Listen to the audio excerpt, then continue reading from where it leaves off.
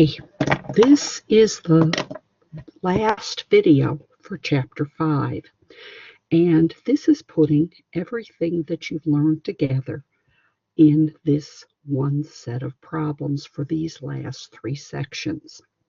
Now, I'm going to be doing some examples, but you have to remember that these examples are similar to what you're going to be seeing. So therefore, take notes, and when you get to Pearson's MyMathLab, see if you can follow the steps, even though the numbers may have changed. And we're going to introduce you to complex fractions.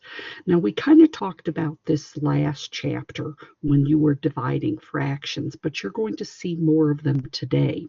We're also going to introduce story problems, and I'm going to do a few, but you have to remember that Pearson's MyMathLab has a variety of story problems that fit this set of fractional exponents. So what I give you may be similar, but it's not going to be the exact same problems. So again, take notes. And this last section is going to talk about a specific form of an equation. You're going to be finding x. A is going to have a number, C is going to have a number. You just have to know how to find x. Now, our first problem, order of operations. Well, this is an old concept that we have been using in the past. Now, if you need, remember, please excuse my dear Aunt Sally is going to come into play. Now, first off, we have no parentheses. Now, this here does not mean parentheses. Parentheses are grouping symbols that take 2 or more fractions and put them together. We also have no exponents, but we do have multiply and divide, which is what's happening right here. We are going to multiply, which means 7 times 1 is 7.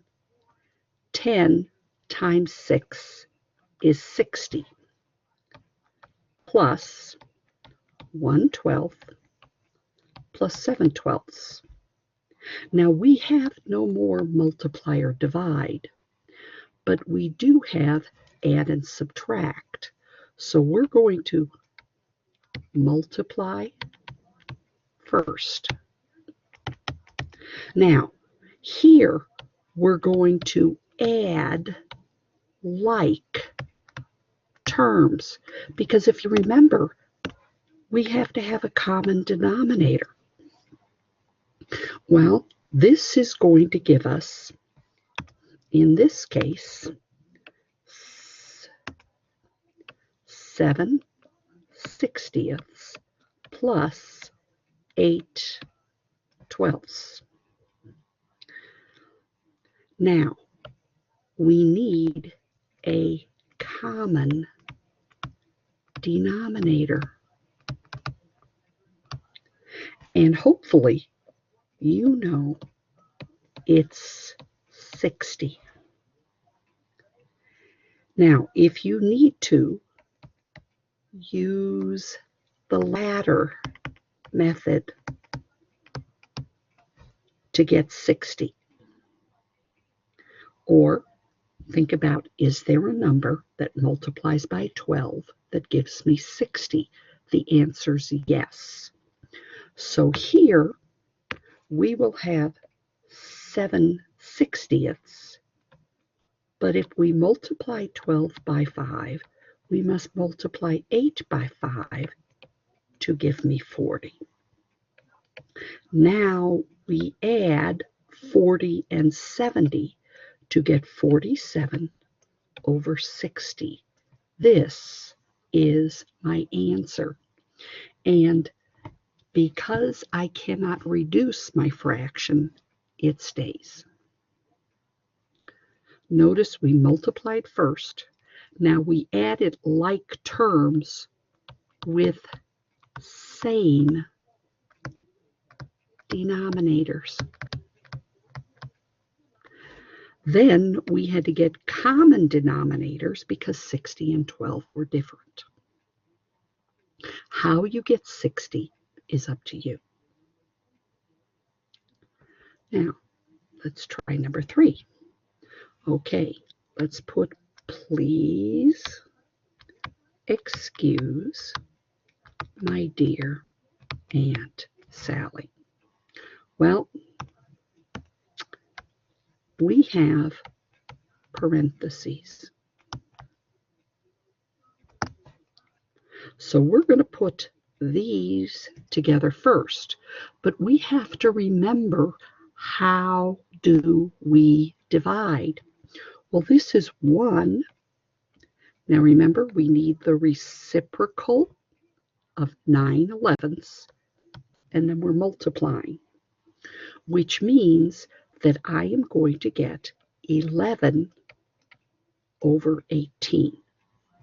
This is what I get from my parentheses. Now notice, I have not touched 1/9, 0.14. I do the parentheses first. Now, I have no exponents. Now, I'm at the multiply or divide stage. We're going to multiply these two together.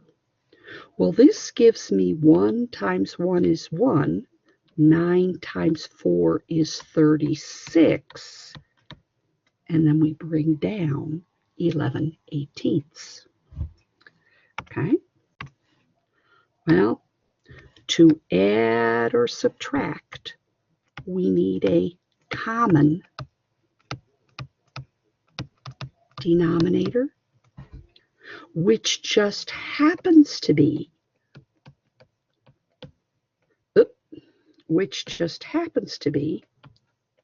36. Now, we know this 1 stays up here, but I multiply 18 by 2, which means I multiply 11 by 2, and then I add. The denominator stays 36. The numerator, 22 plus 1, gives me 23. And if you remember, 23 is a prime number, so we're not going any further. It stays right here.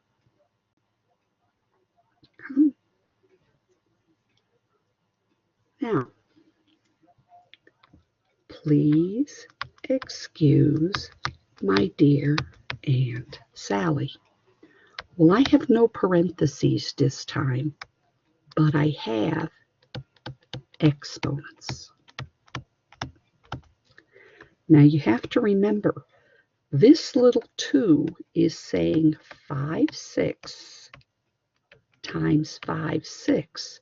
This is what exponents mean, which means I'm going to multiply 5 times 5, and I'm going to multiply 6 times 6, which is going to give me 36 plus 1/12 minus 1/4. Now this one is a little different because we have no more multiply and divide. We just have add and subtract. And for these 3, we have no common denominator. So therefore, we're going to have to get a common denominator for 36, 12, and 4. So we need to get a common denominator. And hopefully, you can do it either by your list or by the ladder, and you will find that the common denominator is going to be 36. Now, 25 is staying. 12 times 3 means I'm multiplying 1 times 3 to get 3, and 4 times 9, and 1 times 9. Now,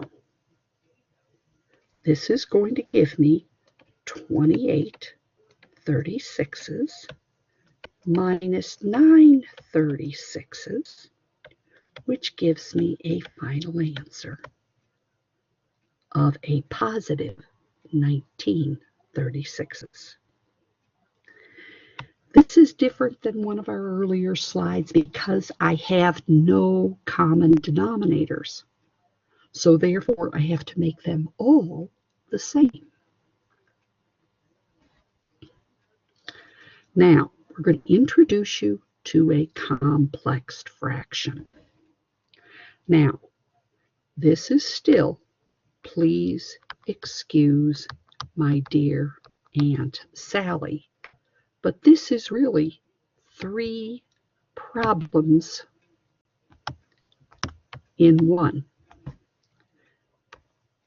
This is problem number 1. Now, problem number 2 this time, I don't have to do any work for. And the third problem is understanding what that bar in the middle means. So let's do number 1. Well, number 1 has an exponent. So this is a negative 3 times a negative 3, which is going to give me a positive 9 plus 7. Well, this is going to equal 16. This is my numerator. Now remember, the bottom, if I had to combine terms or do something, I do it to get 4/5.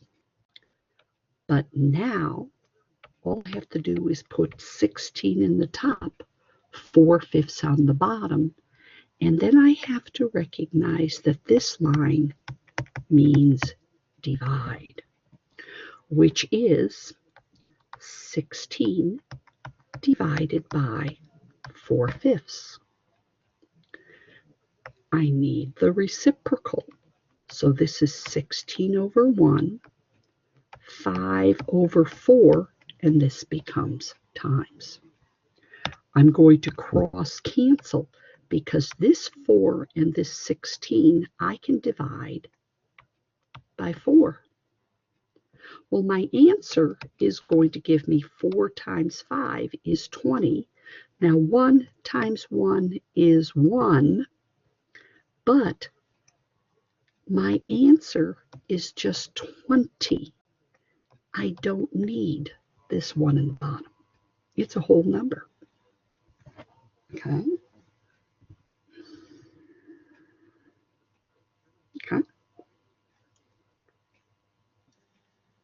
Now, this one, oh, we don't have to do anything to this one, which is nice. All we have to do is know that this line means divide.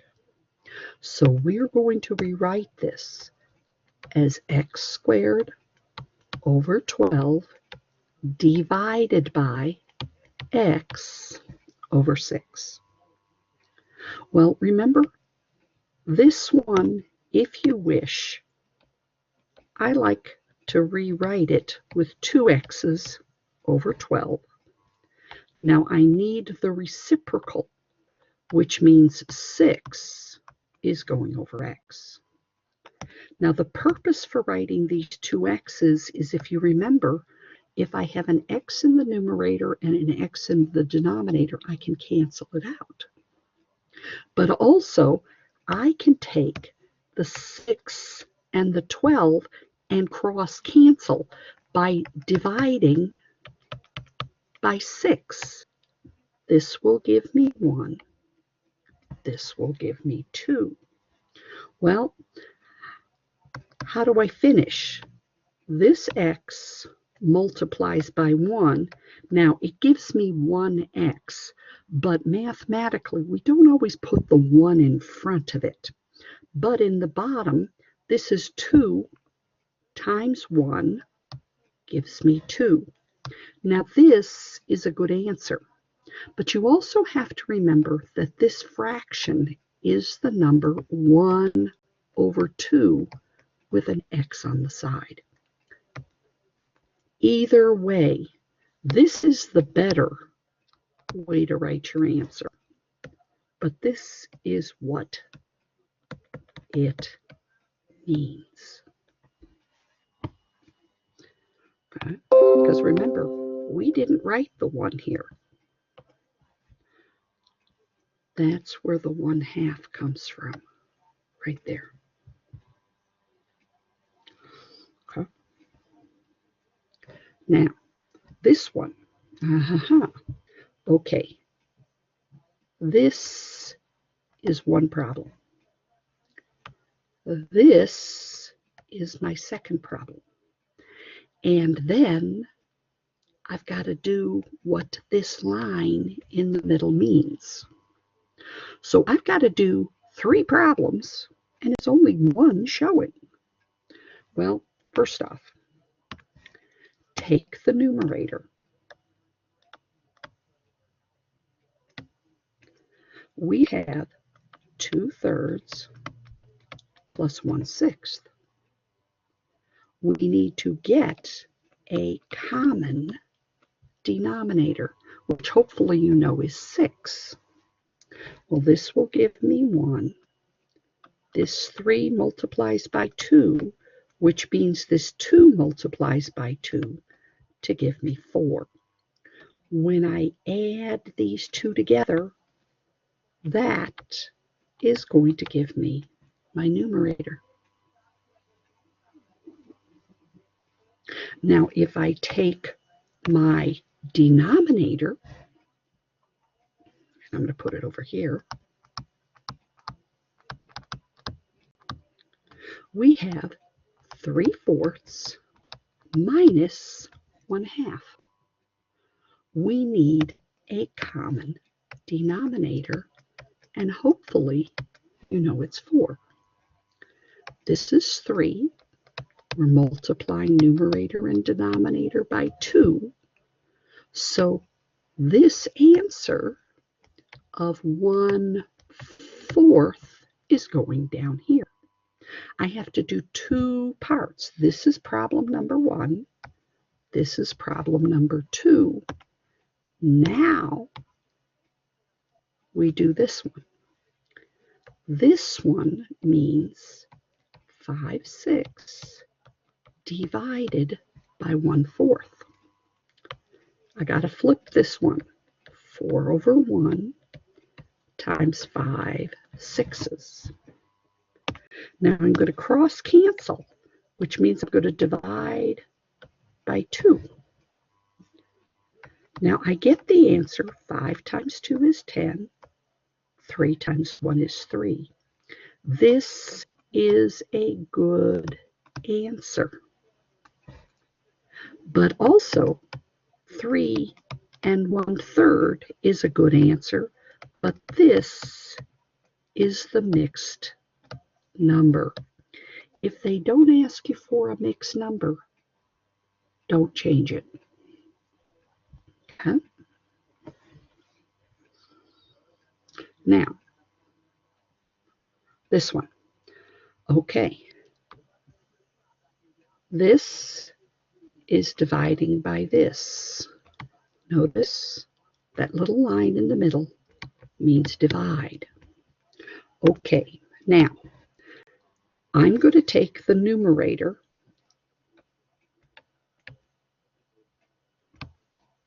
and it's going to be 25x squared y cubed over 49 divided by the denominator, which is 10x cubed y fifth over 28. Now, reciprocal. This is going to give me 28 over 10. Now notice I'm going to put 3 x's here, 5 y's here.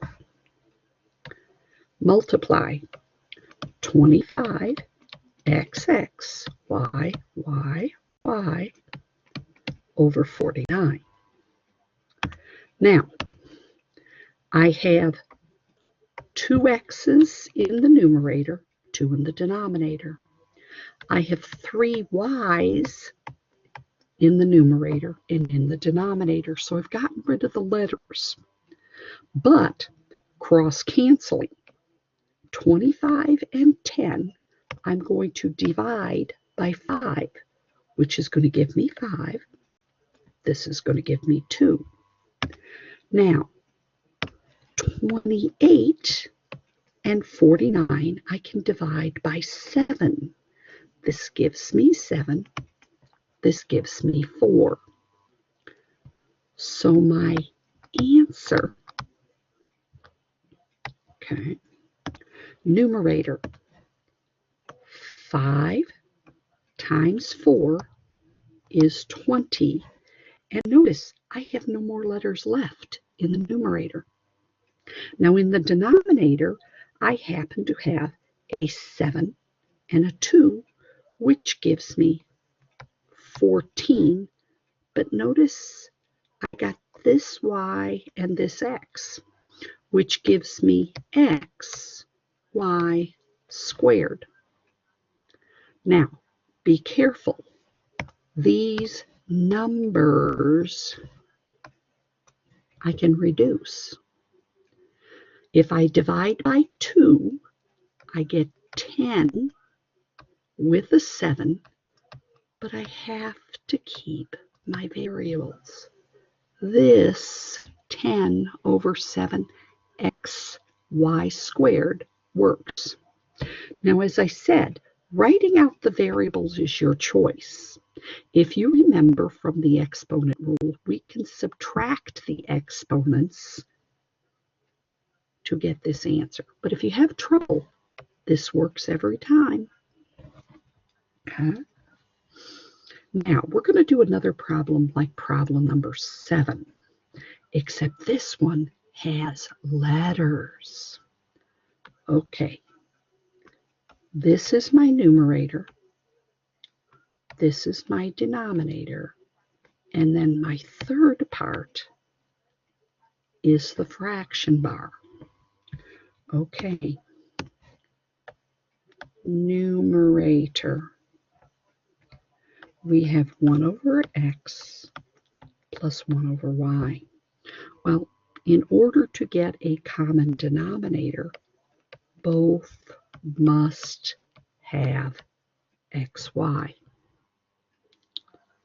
Now, if you think about it, what am I multiplying this x by to get xy? Y. So that means this has a y on the top. What am I multiplying this y by to get xy? X, which means I have x. Now, I've got to be careful with this because in my numerator, I have a y and an x. When I rewrite my numerator here, it is going to be x plus y over xy. X comes before y when we're adding. Now, if we're subtracting, something different. Now, let's take a look at my denominator.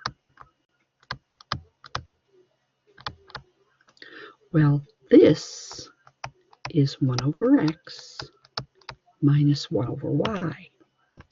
My common denominator is the same thing.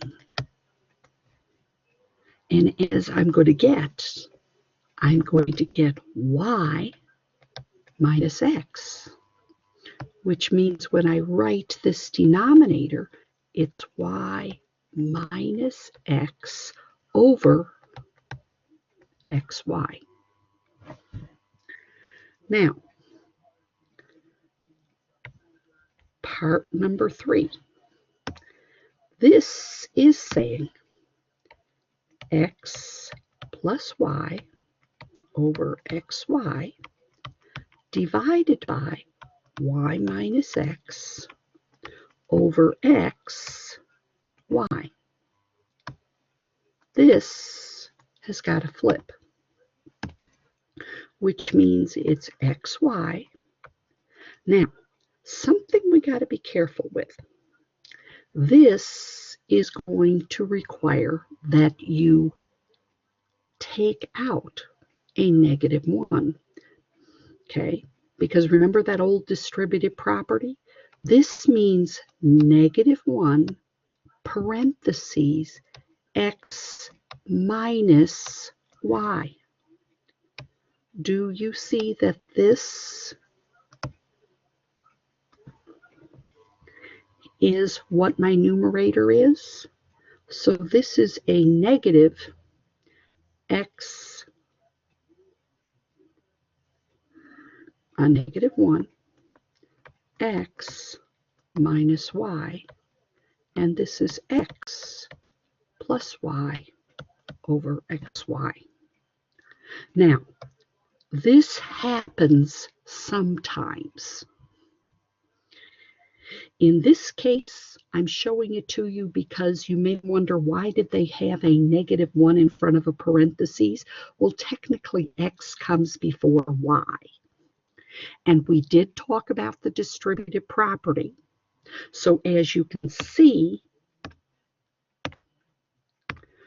this is going to cancel with this. Now your answer can be x plus y over -1 x minus y, or you can have basically x plus y, y minus x. This answer and this answer mean the same thing. It depends on WebAssign or MyMathLab. Sometimes they're going to make it in this form, and if a -1 comes in, just remember they want x to come first. Well, x in this initial numerator is negative. So how do we make x positive? Well, we factor out a -1. But also, sometimes they may leave you like this. You're going to have to check and see which one they want. If a -1 appears, this is my answer. Okay? Now, if you have any questions, don't hesitate to contact me. Now, we've got some story problems. Okay? Now, these are using proportions. And the reason is, first off, before I even read the story problem, I have 3 numbers. When I have 3 numbers, I am looking at a proportion. Now, the first proportion or first fraction in my proportion is set up as you read the first sentence. It says 3 2/3 cups of flour to feed 50 people. Now, if you remember, cups has got to be up at the top. People have to be at the bottom. And notice I have this third number, 120. Now, as you see, a recipe requires 3 2/3 cups. That's the numerator of the first fraction. Here's that little TO, to make bread to feed 50 people, period. Now, it says how much flour, which means we're looking for X to make bread to feed 120 people. Well, first off, we're going to cross multiply, which means 3 2/3 times 1/20 is what we do first. This is going to give me 11/2 times 1/20. Put a 1 under here. I'm going to cross cancel. And that's going to give me 660 is equal to 50x. Okay. This x multiplies by 50.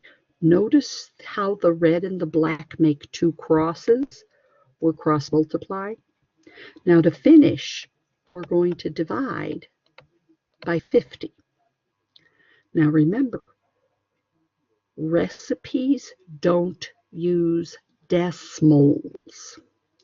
If I divide 50 into 660, I am going to get 13 1/5 cups as my answer. Okay. This is how much flour I'm going to need. Okay. Proportions. Cross multiply. Okay. Now, this problem, a little bit different. Okay. Now, it's telling me that the Unan family is receiving a $3,600 tax refund. They decide to spend 1/4 of the money on a car loan and 1/18 of the money. Now notice, of the money and of the money is saying I'm taking 1/4 of 36 and 1/18 of 3,600. This is going to give me 900 because I'm cross canceling.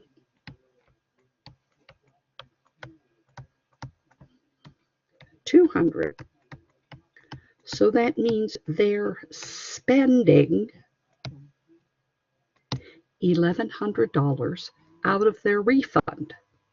But notice we have to finish. They will put the remainder. Remainder is what is left. How much money will they put in a savings account? Well, to finish this problem, I've got to subtract what they spent from the refund, which means they're putting $2,500 into a savings account. Okay? This one is not as easy, but if you use the clues, 1/4 of the money, 1/18 of the money, this is 1/4 of, and notice, see that little word and? That's my plus sign, 1/18 of 3,600. I get what they spent, $1,100. And then I subtract it from 3,600. Now, this one is not as easy as it seems because you have to understand the story. Now, sometimes pictures work very well.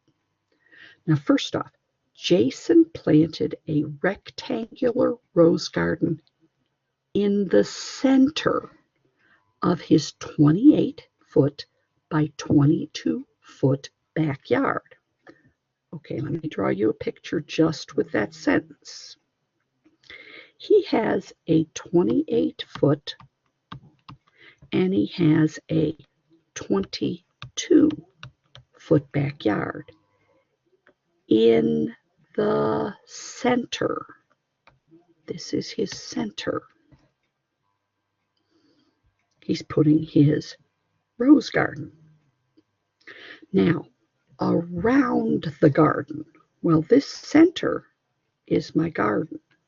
Now you have to remember that he's putting a sidewalk 3.5 feet around.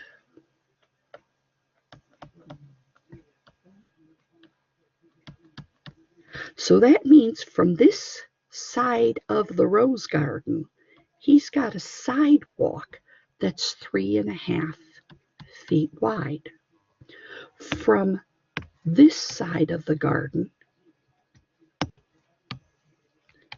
he has 3.5 feet from his backyard fence. He has 3.5 feet from this side of the garden, and he has 3.5 feet here. Well, it's asking you for the dimensions of the purple side, this red side, the black part, and the orange part. Well, the red and the orange are going to be the same length, and the purple and the black are going to be the same length. But how do we get it? Well, first off, we're going to take this 22, which is outside here, and we're going to subtract the 3.5 feet above and the 3.5 feet below, which just happens to be 7 feet. 3.5 plus 3.5 is 7, which means that the red and the orange side of our garden is 15 feet. Now we're going to do the same thing with the black and the purple. We're going to take the 28 that goes across, and we're going to subtract 3.5 feet from this side and 3.5 feet from that side, which again is 7.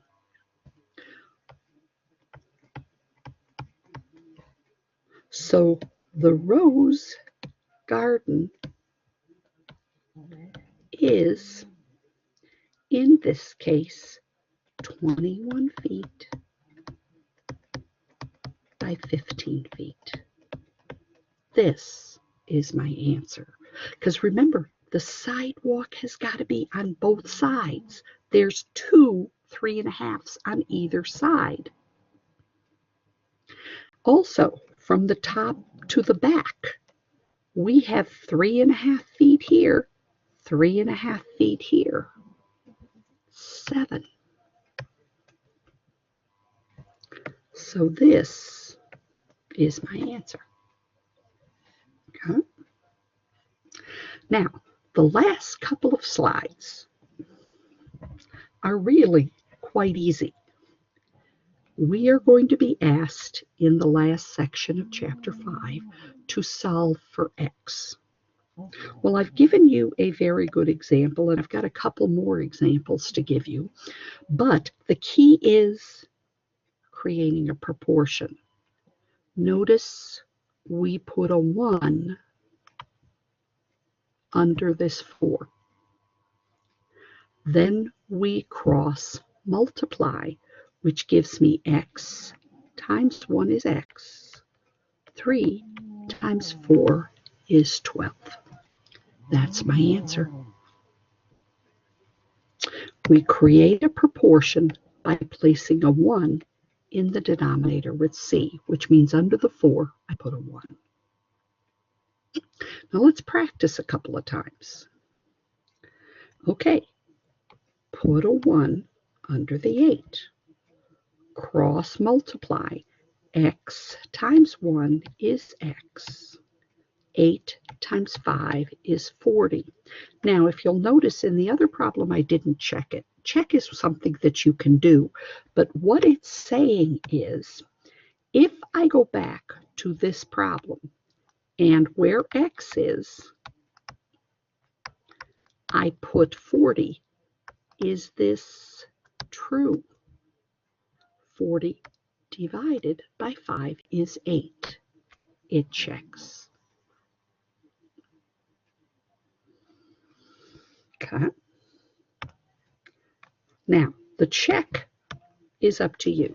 If you want to check it, it might be a good idea before you enter your final answer into MyMathLab, but you want to check it. Now, this 6 is getting a 1 this time. Now, you got to be careful. This 6 is multiplying by negative 4. And if you put negative 24 over negative 4, it better equal a positive 6. Okay. Now, this is going to be a little different. They're going to create and put x behind a fraction. And notice this whole chapter was on fractions. What we're doing is we're still putting a 1 under the c, but we're using the reciprocal of the fraction in front of x, which means this fraction is 3/5. So on both sides, after I put a 1 under the 15, I'm using the reciprocal. I'm not really cross multiplying, okay, because this is going to give me x. A fraction times its reciprocal is always 1. Do I need to write the 1? No. But on this side, you will find that sometimes I can cross cancel. Now, how do we check this? It's 3/5 times 25 over 1. Where this x is, I'm going to put my 25. Well, notice when I cross cancel, it equals 15. That's exactly what I had on this side. Now let's try it again. Okay, I'm going to put a 1 under here. Now remember, reciprocal means 5 over negative 4. 5 over negative 4. Reciprocal does not change the sign, it just flips the fraction. Now this will leave me with x on this side, because these two are going to cancel out. But be careful, I'm going to have a negative answer. When I cross cancel the 4 and the 20, I still have to remember I have a negative with that 4 in the denominator. I am going to get 5 times 5, or 25.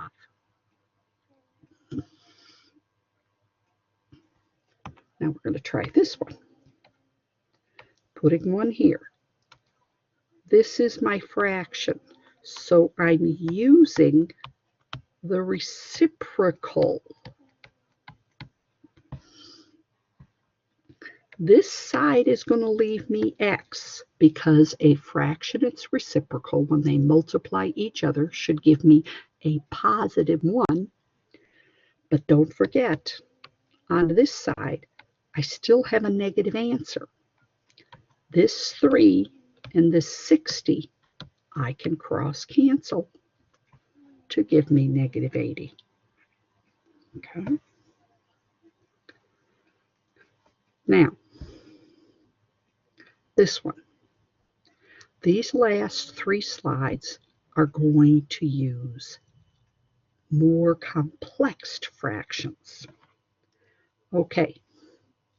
Now, we want to find x. The first thing we're going to do is to combine terms on one side, which means these two fractions are going to go together. But I gotta have a common denominator. This will give me 5. This will give me 2, which means I have 7/8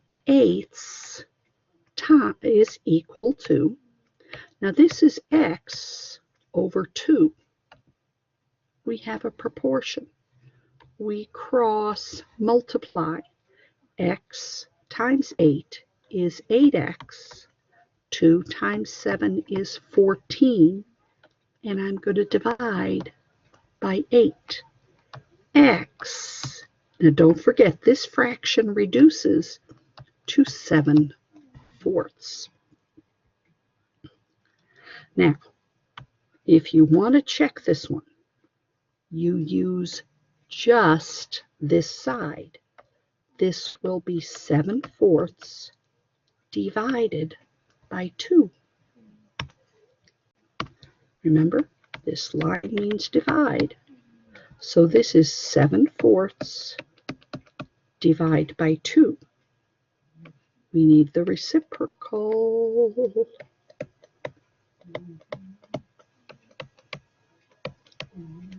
See what I get here?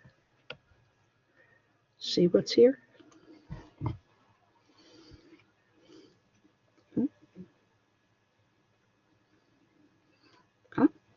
Now let's try it again. Combine terms, which means I'm going for 12. This will give me 7/12 is equal to x thirds. This is a proportion. Cross multiply, which means x times 12 is 12x. 7 times 3 is 21. Divide by 12 and x. Now remember, reduce. This is going to be divided by 3, so it's 7/4. Well, if you want to check it, you're using just this side of the equation, which is 7/4 divided by 3. 7/4 divided by 3 means this is 7/4 times 1/3, which gives me 7/12. That's what I got right here. Now my last slide. Okay. Combine terms. It's this side. Okay. So this side will be 21 as my common denominator. This is 12 plus 5 is 17 21st is equal to x over 7. This is my proportion. Cross multiply. This will give me 21x is equal to 119. Okay. So I take and do 21 and divide both sides. Now,